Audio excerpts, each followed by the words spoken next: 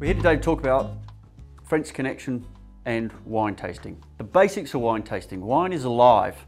Well, at least it is to enthusiasts like me. But seriously, those of us in the profession use wine tasting as a tool and a method to assess a wine. And we look at things like its condition, how well it's going to age, its varietal expression, and if you like, the art, the sum of its parts and how they all fit together. The first thing we do is we look at the colour of a wine.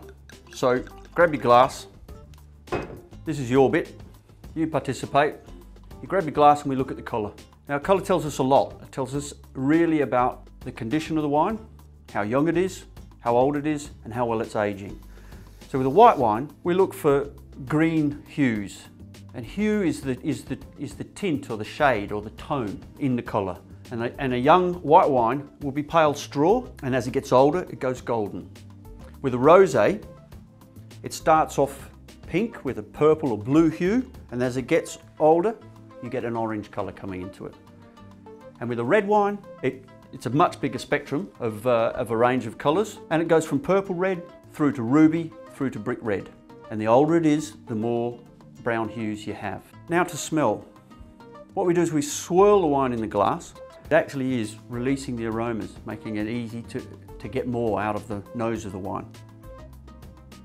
And we waft very gently. You don't sniff hard. You know when you've got that scent and you sniff hard and you lose it? Well, that's because if the air moves too quickly through your nose, it doesn't detect the smell as well. Next, we look at taste. Now first is your tongue, and your tongue is quite basic.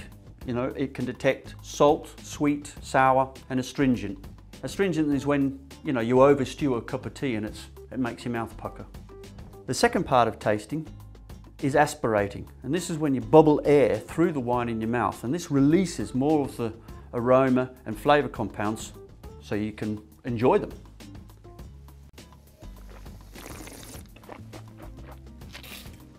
I got to spit because I'm at work.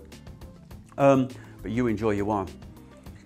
We got the flavour, it's released, you get a lot more out of that wine. Finally, I like to talk about how wine evolves. Wine it changes over time. It's not really alive, but it changes over time. And if you like, imagine a flower bud. When it's young, it's closed. Then it opens up in full bloom and you get its full display and all its colour, all its glory.